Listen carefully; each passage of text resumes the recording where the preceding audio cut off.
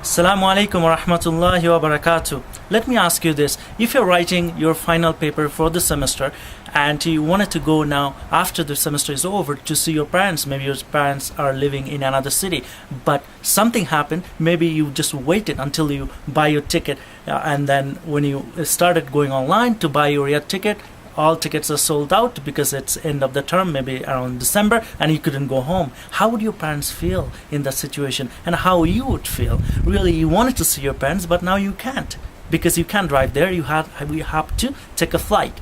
So in this type of situations, really what you needed to do is planning. Plan ahead, buy the tickets beforehand so that when your exam is over, you're ready to go. So this similar thing happens when it comes to Islamic occasions. We have Ramadan, one occasion, and then we also have the first 10 days of the Dhul Hijjah. So same thing may happen to us, that we don't plan ourselves for this first 10 days, and then this 10 days just come up and we're like, oh, we really don't know what to do in this 10 days because it just came and shocked us. So how can we really plan and benefit from this first 10 days of the Dhul Hijjah, inshallah? Narrated by Ibn Abbas radiallahu anh, the Prophet sallallahu alaihi wasallam said that there are no days in which righteous deeds are more beloved to Allah than this first 10 days. Collected by Bukhari rahimahullah. So we know from this hadith that we really need to do lots of good deeds, because then our good deeds are very much beloved to Allah than outside of this 10 days. So what are the things we can do if we plan ahead? Maybe you have hard time, I don't know, but maybe you have hard time waking up for Fajr. So from now you try to wake up for Fajr and make it a habit so that when Dhul Hijjah comes, you have no problem waking up for Fajr.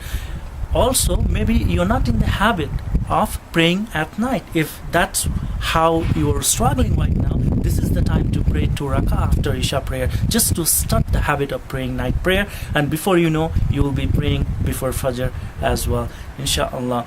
Other thing we can do is fasting during this first 10 days of the Dhul Hijjah, and your reward is with Allah. So start with one day and then you can continue to and second day and third day if you want to and if you are able. And then what else can we do when it comes to voluntary charity? This is very important because whenever it comes to money, you really have to have it. And sometimes you may find yourself in the 10 days and you don't have no money because there's no planning. Just like vacation, for example. If you're really going somewhere, you will set aside some monies for your vacation, isn't it? Or wedding, wouldn't you set aside lots of money, most likely, for your wedding? So how about this 10 days of the Dhul Hijjah? Why don't we, you and I, set aside at least $100, for example, if we are able. If we're not, Allah knows. But if you're able, set aside $100, $500 according to your financial ability, inshallah, so that when you set aside, you have the intention to then spend that $500 or spend that $50 in voluntary charity in whichever way you feel right and you see the opportunity in those days, inshallah. So just wanted to bring it to your attention that we do need to plan for occasions such as the Dhul Hijjah first 10 days, especially as we plan for other occasions such as vacations and wedding. Wassalamualaikum wa rahmatullahi wa barakatuh.